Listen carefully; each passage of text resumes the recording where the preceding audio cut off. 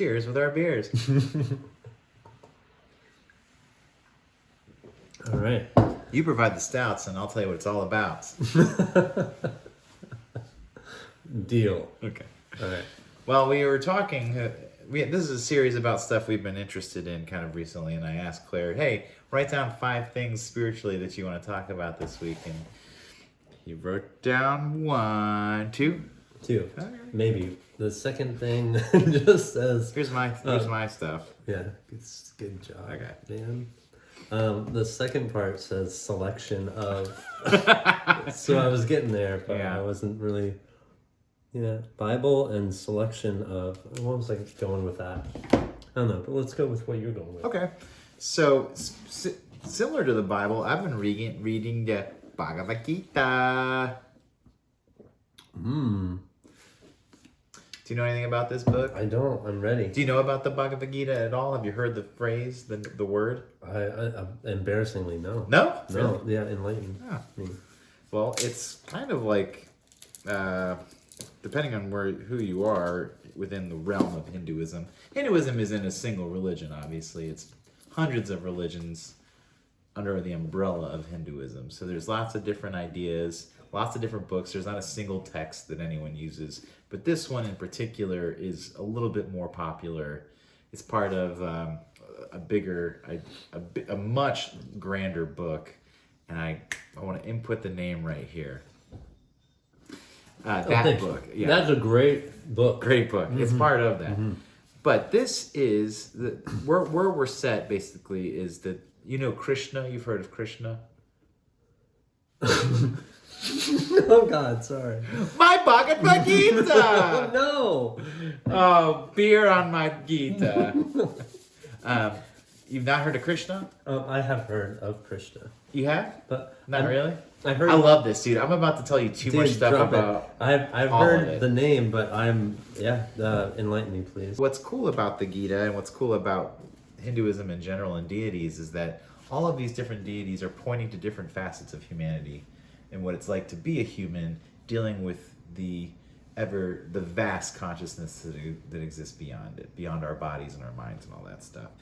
And in Hinduism, we are completely connected to these gods. They live within us and we live within them. There's no separation, but their might and their power is something that is still being worshipped. In fact, one of my points on here I thought was really interesting.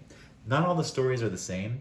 Different facets of the different portions of Hinduism may see a story written in one book, but it will be a little bit different in another one.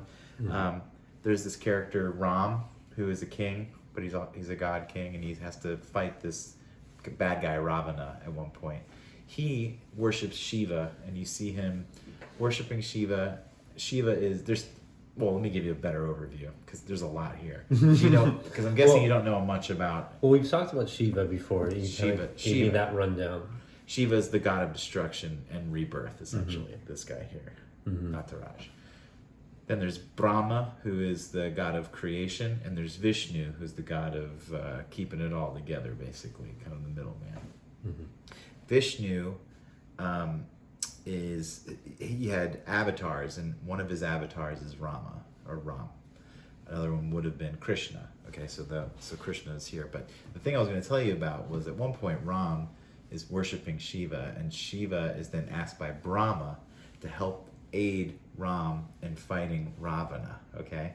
And so to do so, he sends an avatar down, as he becomes an avatar who's Hanuman, who's the monkey god I talked about before, the servant. Okay. So it was then Shiva in Hanuman worshiping Ram, who was worshiping Shiva.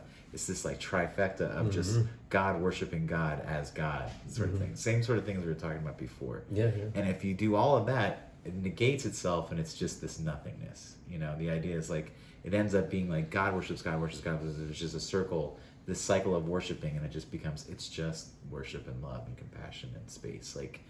So it's always like pointing. It's like a long way of getting around to pointing it back to the same thing again, which I actually really find fascinating. Simplicity in it is... There's the simplicity, and there's the most dense whatever you've ever heard. So the Bhagavad Gita takes place there's another war happening at this one point. Two families are fighting against each other. They know they are family together, but they are now going to be their kinsmen, brethren, teachers are fighting each other. Arjuna is this great warrior who's been taken out to the middle of the field. His charioteer, who's driving the chariot, is Krishna.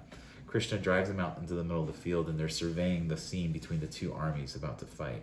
And he looks at Krishna, Arjuna looks at Krishna and says, like, I can't kill these people. Like, I can't kill at all. I love God, and I don't want to destroy my brethren, my teachers, my friends, my family. These are all people who are very important to me, and I can't imagine destroying them. Mm-hmm. And Krishna then goes on to tell him how his actions that he needs to partake in are beyond the concepts that he has of good and bad at this point. He's literally unfolding his actions in front of him and saying, this is the work that has to be done. And in order to survive and for goodness to continue, you have to take these actions, and this is the action that has to be done. So in the unfolding of that, Krishna then opens up and says, basically turns to him and says, I'm actually God, and I'm telling you how this works, and I will show you how big God really is. And throughout this, it's a poem, and as the poem continues, Arjuna more and more opens to the idea of, like, he has to move forward on these actions, and he can see this, like, the hugeness, the vastness of God, the boundlessness of what God is and what Krishna is representing. Mm-hmm. So in reading the book, one of my favorite passages was from Bhagavad Gita 7:7 and 7:8. And Krishna says, this is the cosmic womb for all beings, for all of them. To try to understand this, I am the entire universe, the coming forth into being, as well as the going forth into cosmic absorption. There is nothing else superior to me, O conqueror of wealth. He's always referring to him, calling him different names. He's talking to Arjuna, saying, oh, you're the conqueror of wealth. Listen to me, like, hear me out. On me, all of this, the universe, is strung like pearls on a thread. I am the taste in water, O Countanea. I am the radiance of the moon and the sun, the sacred utterance, which is Om. Om. And all the Vedas, the sound in space, the prowess in men. It goes on like this forever. At one point, Arjuna says, can you show me the bigness of you? What do you look like? And he transforms himself into a form that has never been seen by man since then or before. And it's thousands of faces and thousands of arms, and they're all shooting fire from their mouth and absorbing everything into them and rebirthing everything again over and over again. He sees the vastness of creation and destruction over and over again in this huge fiery realm of form, and it's millions of arms and millions of faces and hands, and he says, I can't take it anymore. Go back to being the nice Krishna that I knew. I see that you're God and that you're everything. It's incredible. So that I just found this to be, it's very much a Bible to some degree. Mm-hmm. It's looked at quite often like that. It's this very simple idea. Basically, that's the entire concept of the book. Just kind of reevaluating and giving more representation to what Krishna is or what God is. Basically, meaning that it's what consciousness is. It's basically just a book about consciousness, but in this form of gods and things like that. Yeah. So go ahead. My question is about the format so you're saying there isn't like one text, it's like a bunch of different texts. Is it, and this, I might be belaboring a point that doesn't need to be belabored.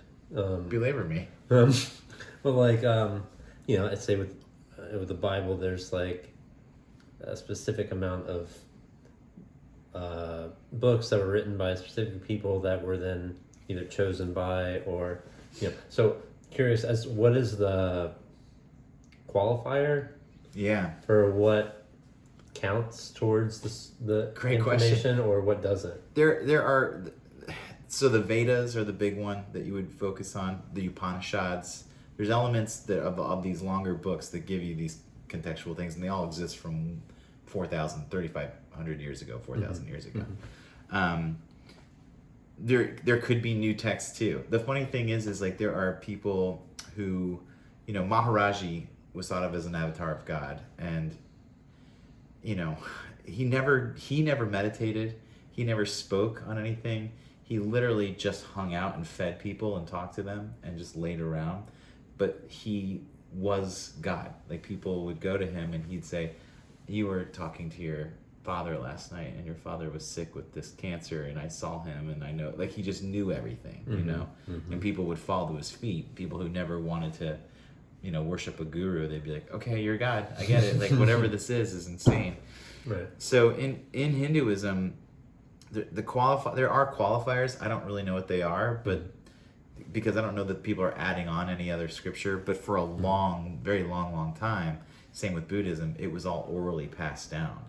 And then eventually put into book form and then, you know, added that way. But what this, again, whatever, insert here, whatever this book is, the longer version of what this is. Oh wow, that was a great title to that book. Yes, it's longer than the Odyssey. It's the longest book ever written, essentially. It's insane. Like it just keeps going and going and going. Okay, Put that on my weekend list.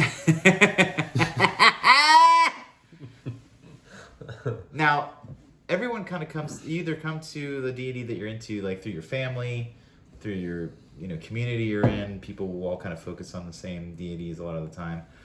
But it's also totally okay to just kind of vibe on your own and connect with whoever you connect with. I personally connected with Shiva, the Destroyer, sort of like right away. I don't know why. It's a pretty badass name. Yeah. The destroyer of everything and the recycler. He's the space beyond destruction. He exists beyond. He destroys, but he's also the space where the destruction happens. So he's also the space where everything is reborn again, essentially. So I'm guessing maybe the equivalent to that in the Bible would be like the flood, maybe, or he would have conducted the flood. Yeah. To then for the greater good afterwards, right? Or something. Yeah. And so in India, what's this got? There are what this is called a Shiva lingam. And for a long time, this really scared me. This thing. It looks cool. It's very cool. It looks like it could be a pipe, or it could be something else. It could be an ashtray. So what you do with this is this represents Shiva. It represents Shiva. Shiva means like no thing, essentially. Shiva means like zero, nothing, sort of nothingness. And so this represents the 0 point energy of the universe. It kind of has a form that means nothing, but also means everything at the same time. It's also been said to be the lingam could also be called either a mark or a phallic, like a penis.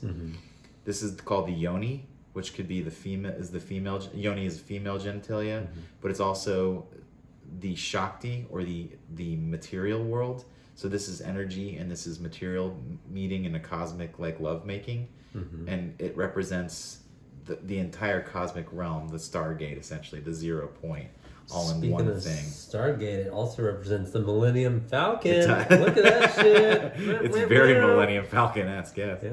Yeah. So when I've gotten to a point now in meditation where I'll just kind of look at this and I'm not trying to make anything of it. I'm just being with it as this space. In fact, the idea of Shiva, this is really interesting. I learned this kind of recently, that the lingam was also referred to as mark, and prior to Hinduism, the idea of zero didn't really exist. Zeros came out of spiritual connection to this idea of this nothingness, that there was something beyond one, that there was nothing behind one, essentially. And so even the 0 that we work with today is based on the lingam, the roundness, like the egg, like oval shape of what this is where the actual character of a 0 came from, because of them using it as the 0 point, the nothing energy, the absolute energy and the nothingness that exists in a thing. So crazy. So this thing has become one of my new favorite pieces to kind of look at. And what you do with this is you adorn it with flowers, and you actually pour milk and honey over this and let it drip off the end. I haven't done it before, but you put this on your puja table, which is kind of like your meditation table, and you then worship Shiva through adding, devotional liquids and things to it, honey, milk. Is that what the it all drips off of that, and then it collects in a dish underneath. Yeah. And there's certain leaves that they add. I'm still learning so much about it, but Cool. it's very, and especially in the West, it's very hard because, Hinduism is a cultural thing too. It's very much just part of being Indian, you know what I mean? So it works in this way that's beyond just like saying like, oh, I'm going to get into like Mormonism, it's like, this is a space that like half the things I watch are all, in Hindi. Like I don't understand half of them, you know what I mean? I'm trying to figure it all out. And, which is weird, but it's also great, It's Great. And it's really interesting stuff to check out. Yeah. One of the ways Thanks for bringing that. Yeah.